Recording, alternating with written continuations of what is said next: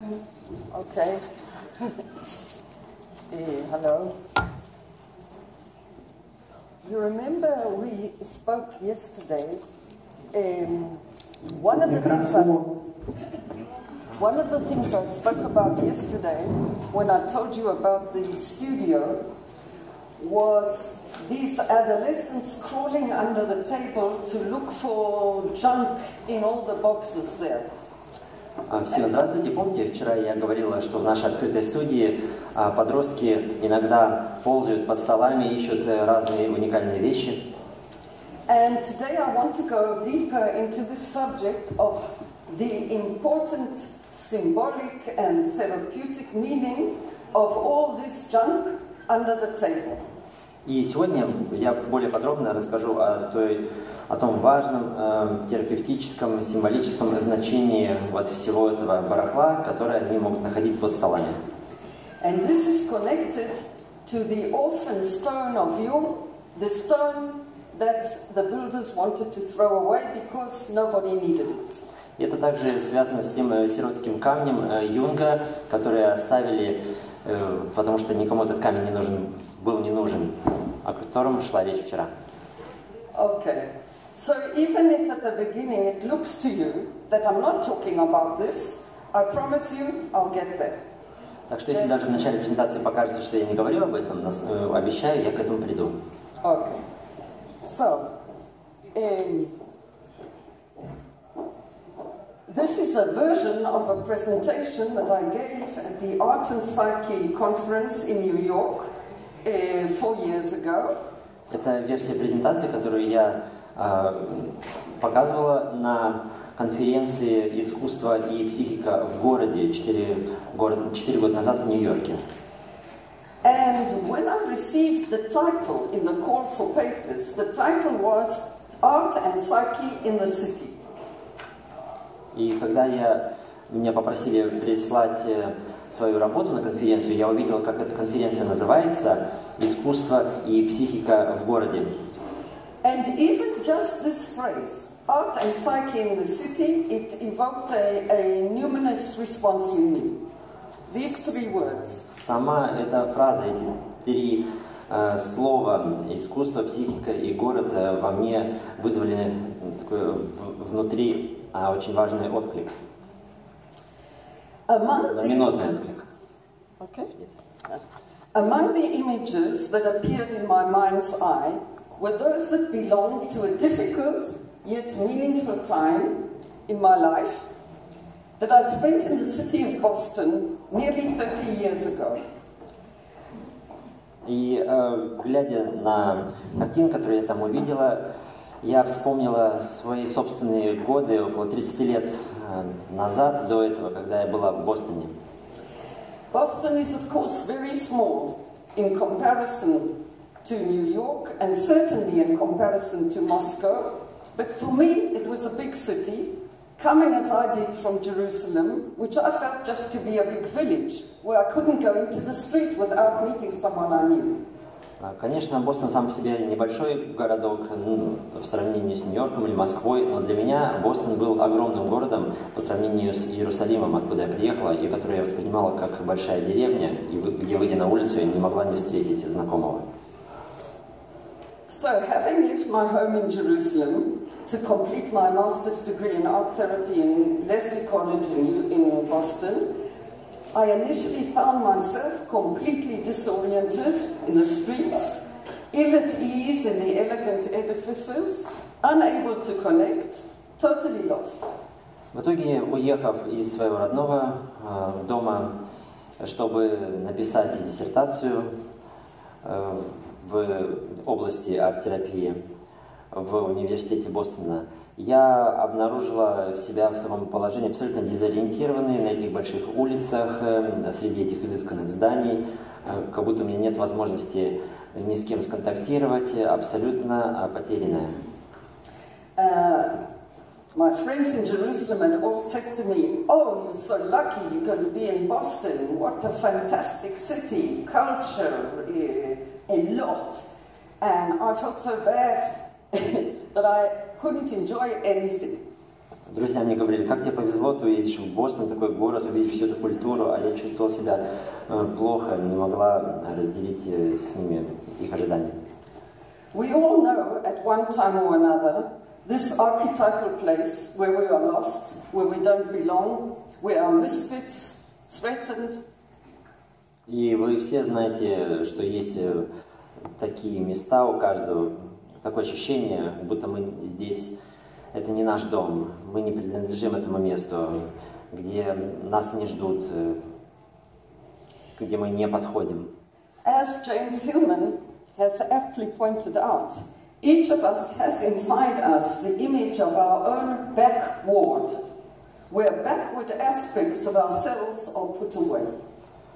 Как сказал Джеймс Хиллман, каждый из нас имеет внутри такой чулан, тюрьму, где разные темные аспекты хранятся, которым мы не даем ход. It was not the first time that I found myself in this abandoned place, but this time it was extreme. Я не первый раз обнаружил себя в таком подобном месте, как этот чулан, но в этот раз ощущения были очень сильные. Hillman sees the city as embracing all aspects of the human soul, and this is a beautiful vision. И Хиллман вообще видит город как нечто, что может вобрать в себя все аспекты человеческой души. Это очень красивое понимание города. And yet, by its very nature, the shadow side of the city and of the soul experience itself as unwelcome, not belonging, criticized and judged, rejected. И тем не менее, по самой своей природе, теневая сторона города и теневая сторона души чувствуют себя ненужными, не принадлежащими этому месту, критикуемыми, осуждаемыми и отвергнутыми. So I had a meeting with my advisor, Professor Sean McNeef, and I told him that I couldn't cope, that I was falling apart, and I'm seriously considering giving up and going back home. И я в итоге подошла к своему адвайзеру, научному руководителю, профессору Шону Макнифу, и сказала, что у меня не получается справиться с собой, я чувствую себя очень плохо, и вот-вот уеду домой. And Sean said, no, don't go. Stay and create the images that tell the story of what's happening to you. You could set up a studio in our basement. Шон ответил, нет, не уезжай, останься и начни создавать образы, которые будут рассказывать ту историю, которая происходит сейчас прямо с тобою. Ты можешь в нашем подвальчике организовать такую арт-студию. This was a turning point in my life. Это был поворотный момент в моей жизни. I found the spiral staircase that winds down to the basement, and the underground drew me into it. Я обнаружила эту лестницу, которая спиралью уводила в подвал, и так меня затянуло подземелье. Taking up the suggestion transformed crisis into opportunity. В итоге, когда я восприняла его предложение трансформировать кризис в возможность, and the process that followed was crucially transformative, both personally and professionally. Тогда начался процесс по трансформации и меня как личности, и меня как профессионала. And I'd like to show you a piece of the story that I created down there.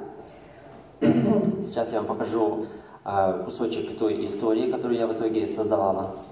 Which later I called Descent into Image, an archetypal picture story, and this became a major part of my master's thesis. Которая впоследствии приобрела название «Схождение вниз в образы. Архетипическая история в картинках», и потом это стало темой моей диссертации. So I'm going to show you the drawings, and I'll tell you the story. Я расскажу вам эту историю и немного картинок покажу. The small girl was lost in the big city. Маленькая девочка была потеряна в большом городе. She went down the escalator into the underground to get away from the street. Она уехала на эскалаторе под землю, чтобы скрыться с улиц. But there were throngs of unseen people all in a hurry down there, so she very quickly came back up again. Но внизу оказались тоже толпы народов, которые все куда-то спешили, и поэтому не было там места, и я поскорее вернулась наверх. Feeling hungry, she approached a supermarket. Эта девочка, чувствуя голод, пошла в супермаркет.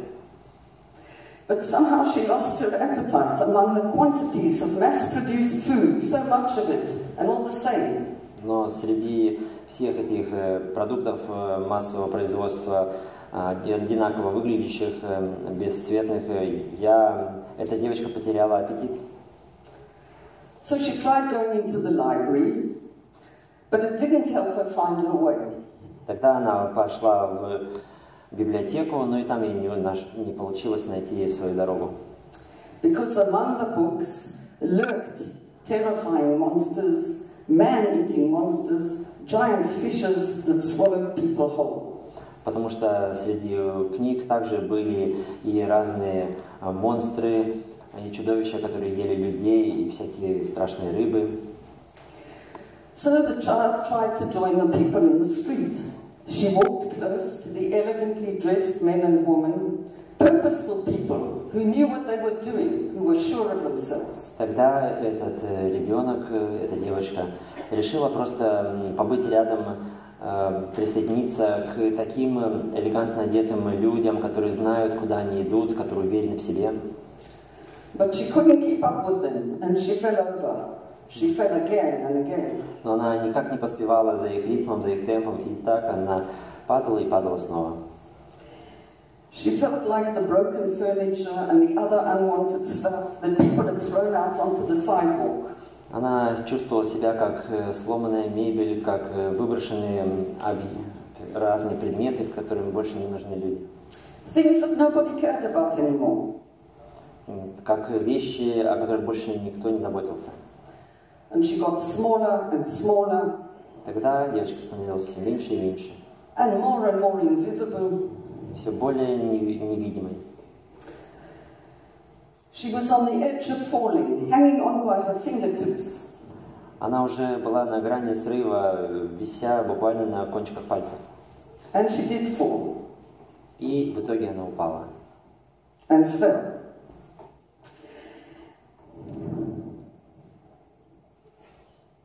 Упала, падала. After living through adventures, both terrible and marvelous, narrated in other of my chapters, she managed to clamber back up from the lowest depths to the basement level. После разных приключений и злоключений, которые описаны в других главах этой истории, она в итоге смогла подняться с тех страшных глубин в этот подвал. Where she found herself in a labyrinthine, cavernous space. Где она в итоге обнаружила себя в таком лабиринтоподобном пещерном месте.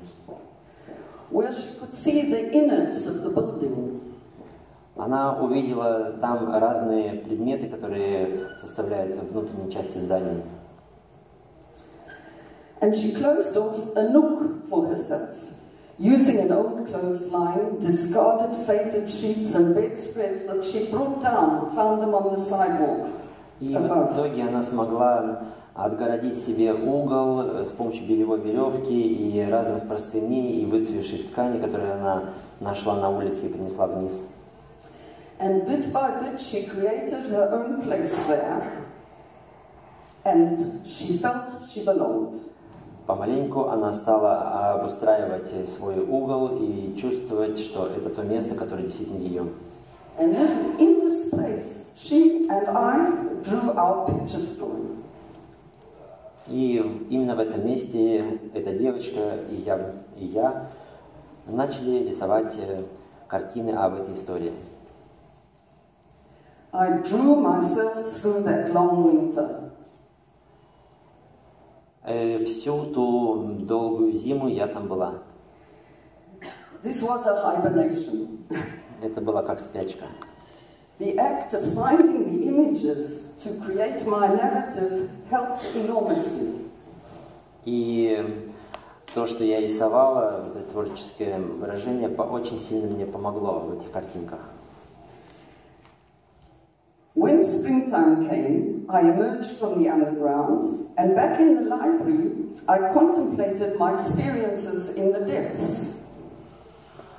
Когда наступила весна, я вышла наверх, пошла в библиотеку и глубоко размышляла над опытом этой зимы. And in time, I returned home to Jerusalem, profoundly changed. И со временем я вернулась в Иерусалим, очень сильно уже измененный. And there I returned to my work in the adolescent unit of the psychiatric hospital, where I had been employed before traveling to America. И там я вернулась на работу в подростковое отделение психиатрической клиники, где я работала до отъезда в Америку. My experience underneath the city of Boston had a powerful impact on my way of working. И тот опыт, который я получила как бы под Бостоном, очень сильно повлиял на меня, на то, как я работаю. Now, as I told you yesterday, these adolescents in the hospital are suffering from severe distress. Как я вчера вам говорила, подростки в этой больнице страдают от очень больших, серьезных психических болезней. Often they are after suicide attempts or after having retreated to a place within themselves where outer reality doesn't penetrate. Часто эти подростки либо после попыток суицида, либо после того, как они ушли в такое место, замкнулись там, где внешняя реальность не может пробраться. For example, this work by a 15-year-old Tammy, she said, I can't get out because I'm inside, so there's no way I can untie the rope. Вот, например, работа 15-летней Тами, которая сказала, что я не могу выбраться, потому что меня обвязали вот так веревкой. So I asked her if somebody might be able to help from the outside. Тогда я сказала, может быть, кто-то есть, кто может тебе помочь и снаружи. And she said, well, maybe, but why would they? Она ответила, ну, может, и есть такой человек, но как ему такое может прийти в голову, зачем? This was the beginning of a process. I'm going to show you some pictures. We're not going to talk about all of them because of time, and some I'll go into more detail, but even just to see the images gives very much the atmosphere. Так начался процесс ее терапии, и сейчас мы пройдем через несколько образов, картин, художественных произведений, которые были нарисованы подростками там. На некоторых мы не будем останавливаться из-за времени, на некоторых остановимся. Они дают определенную картину терапии. Now this hospital is out of town in a landscape that many people would call beautiful. Сама клиника находится в таком окружении, пейзаже, который обычно люди называют очень красивым. But for those in treatment there, they don't see the beauty in it, not at all. On the contrary, they feel that it's a place remote from the city, removed from civilization and from normal living. And they feel themselves thrown out of the city, excommunicated. Но для тех, кто проходит там лечение, этот пейзаж вокруг, это место кажется отдаленным от города, от цивилизации, от обычных людей. Они чувствуют себя изгнанными, отлученными от города и от людей. For example, the teenage boy that did this as his first painting. Например, один подросток нарисовал свою первую картину. Said, you see, they said I'm crazy. They put me in a box. They put the box in a plane. They flew the plane to somewhere far away from human beings. And then they threw me out of the box, out of the plane, into the middle of nowhere.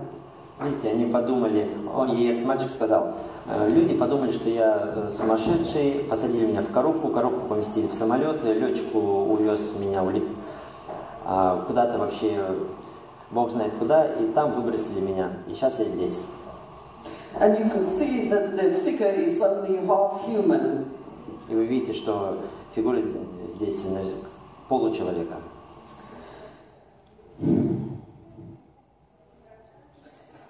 Okay, we're not going to speak about this one.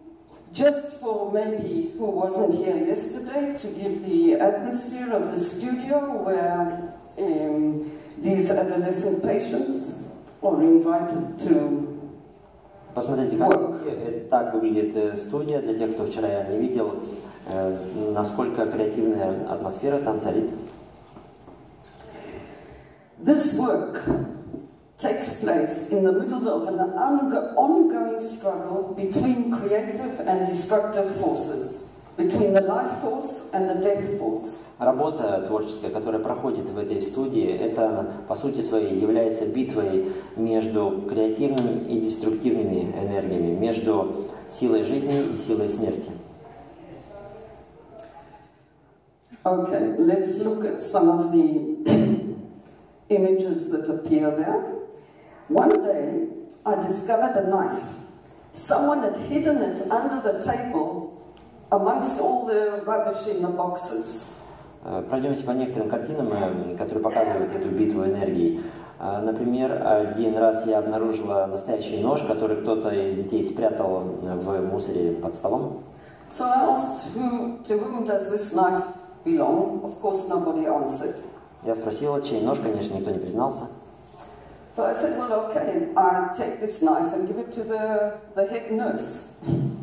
Хорошо, я сказал, тогда я возьму этот нож и отдам сестрам. And so then Sammy, 16-year-old boy, said, no, please don't give it to her, it's mine. I promise you, I'm not going to use it, I just have to know that I have it, and that's why I keep it here. И тут вдруг 16-летний Сэмми заявил, что это его нож, пожалуйста, не отдавайте ему никому, я не буду, обещаю, что не буду его использовать. Для меня будет спокойно уже тот факт, что он здесь где-то. Okay. So I said, look, the only way that this knife will stay in this room is if it becomes a part of an artwork. Я ему сказал, что единственный способ, как этот нож может остаться здесь, это если он превратится в часть произведения искусства. So he said, okay. And he made this man of clay specifically to hold the knife. Он сказал, хорошо, и в итоге вылепил из глины вот этого человечка специально для того, чтобы был кто-то, кто будет держать этот нож. And then he painted the clay work. Потом он раскрасил глину. And if you look carefully, I noticed there's a second knife painted under his clothes, if you can see. Another hidden knife in the center of the body. Если вы присмотритесь к этой картинке, в центре его груди как будто нарисован под одеждой еще один спрятанный нож. And then he sculpted the victim. Потом он также слепил жертву. And he said, look, this is what might have happened, but it won't happen because somebody is holding the knife. И он сказал, смотрите, что могло бы произойти. Но этого уже не произойдет, потому что есть тот, кто держит нож. And it's interesting to note that this knife, held by this sculpted man, stood for many, many months on a shelf, and nobody ever tried to take it. И интересно тот факт, что этот человечек с ножом простоял на полке много-много месяцев, и никто его не трогал. The meaning of the knife had changed by becoming part of an artwork. Значение ножа изменилось благодаря тому, что он стал частью произведения искусства. Okay.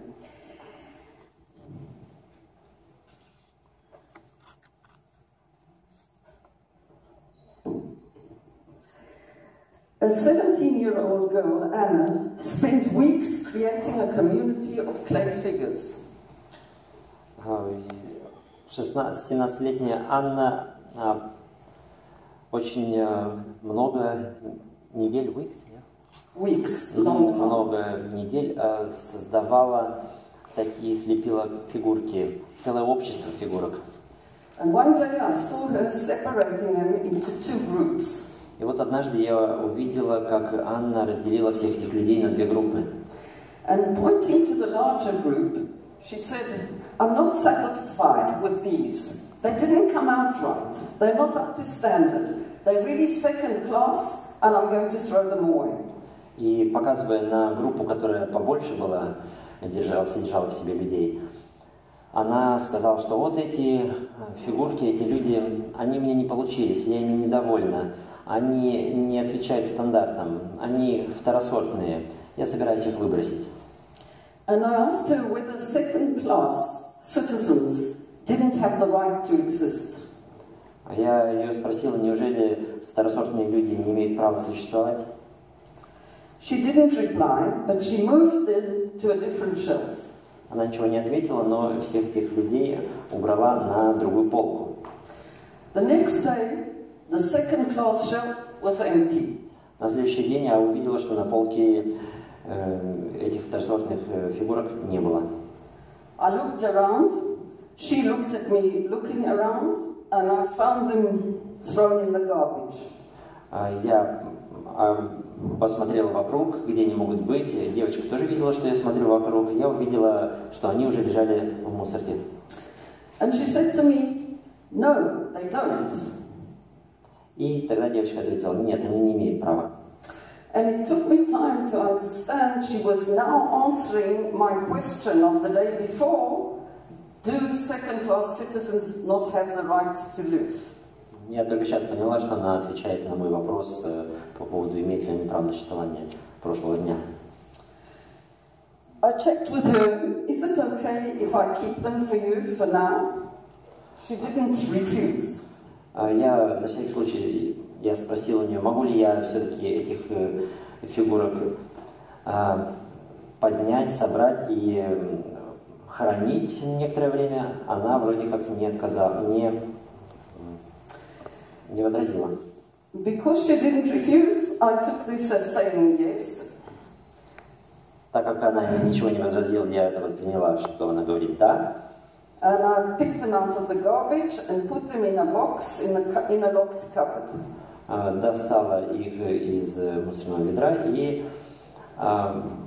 положила в закрывающийся шкаф. Many months later, she asked if I really kept them and asked to see them. И после того, как прошло много месяцев, эта девочка вдруг спросила меня, есть ли те фигурки еще сейчас где-то, и может ли она их увидеть. She looked at them, I put them back in the cupboard. Just before she was released from the hospital, months later, she asked for them again, and she repaired some of them. Она на них посмотрела, увидела, что они все невредимы, и потом я их обратно закрыла в шкаф. И еще через несколько месяцев, когда девочка уже выходила из больницы, она попросила снова их увидеть, и даже некоторые из них починила. Okay. Another story. Еще одна история. Daniela, an 18-year-old girl, stayed in the unit over the weekend because of her very depressed state of mind. Даниэла, 18-летняя девушка, в течение выходных была в нашем госпитале, потому что у нее была диагностирована депрессия.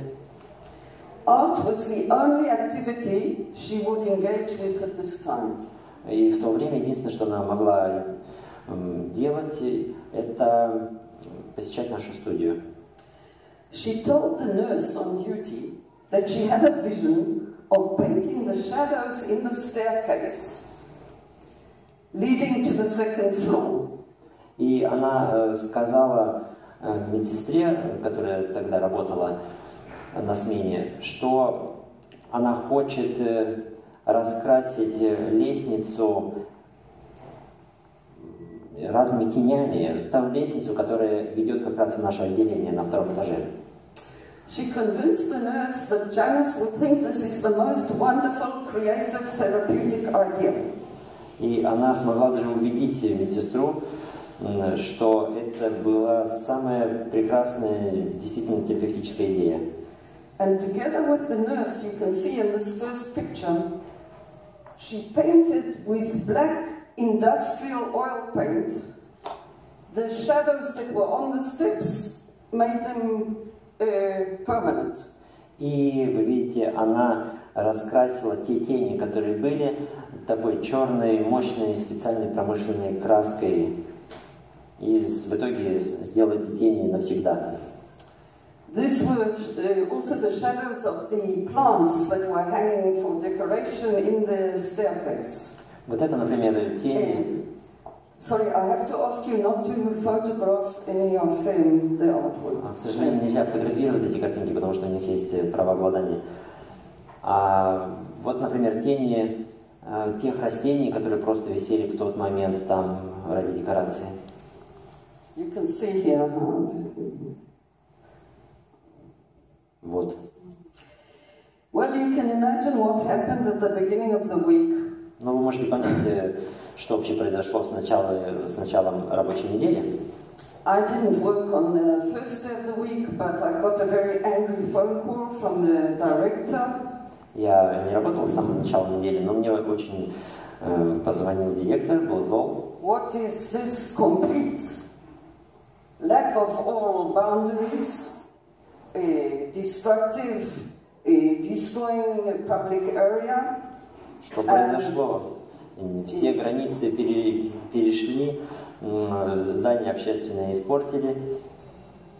And of course he was right. This was completely out of place. This was a place where anybody coming into the hospital, also parents and everybody, would have to walk through these kind of creepy, crawly shadows coming up the stairs. И, конечно, это было правильно и непозволительно, ведь это то место, где к нам в отделение могли подниматься просто визитеры, родители. So there was a big emergency staff meeting, what to do about this crossing of all limits. А в итоге там были нарисованы эти страшные тени. Конечно, собрали экстренное совещание, что делать со всей этой порчей имущества. And it was a very stormy meeting because on the one hand it was clear that this was completely unacceptable